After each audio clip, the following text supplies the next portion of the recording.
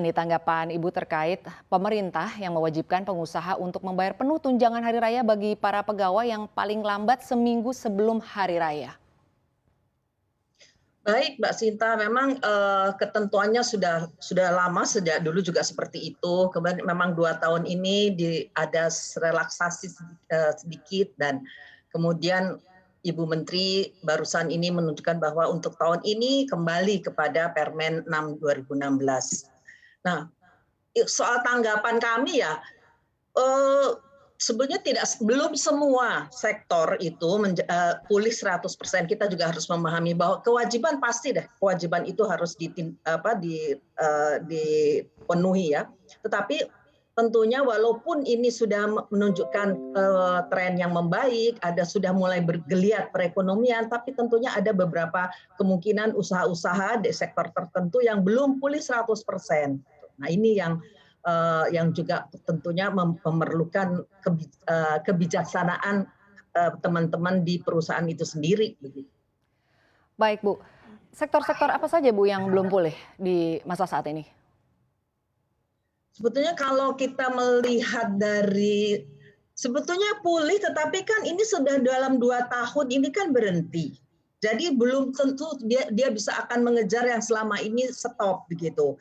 Dan pada tahun 2020 waktu itu memang ada sektor-sektor yang BPS itu melakukan survei, ada 6 sektor yang terdampak betul pada terkait dengan pandemi itu, ada dari akomodasi dan mamin, kemudian jasa-jasa lain ya, transportasi, konstruksi, industri pengolahan dan perdagangan. Itu 6 sektor yang sangat terkait, yang sangat terdampak pada tahun 2020 ketika dilakukan survei ini oleh BPS. Dan sekarang ya alhamdulillah kelihatannya sudah mulai bergeliat ya, menggeliat. Namun apakah ini mereka sudah bisa kembali lagi seperti sebelum adanya pandemi? Nah, ini yang rasanya teman-teman perusahaan di tempat masing-masing yang mengetahui situasi ini. Ya Bu, lalu terhadap sektor-sektor yang terdampak yang tadi Ibu sebutkan, bagaimana nasibnya? Apakah mereka ini akan mendapatkan keringanan begitu Bu? Seperti misalnya dicicil?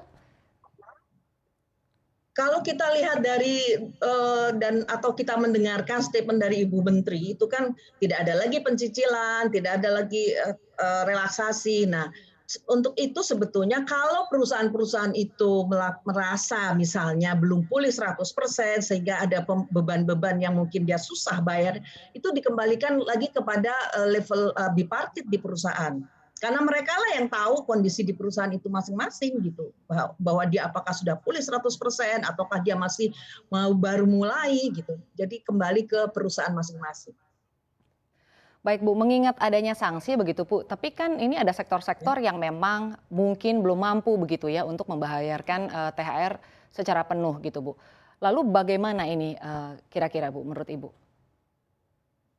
Kalau sebetulnya kita tidak bisa mengacu semua kepada sektornya ya gitu. Jadi sekarang individual di perusahaan masing-masing. Kalau sektor mungkin ada, misalnya sektor transportasi, ada yang bagus, ada juga yang enggak gitu loh. Jadi artinya sekarang semua adalah dikembalikan ke perusahaan masing-masing. Justru disitulah sebetulnya yang mereka yang tahu betul tentang segala macam sektor, ya di situ lihatnya. Artinya individual perusahaan masing-masing. Apapun Baik. sektornya.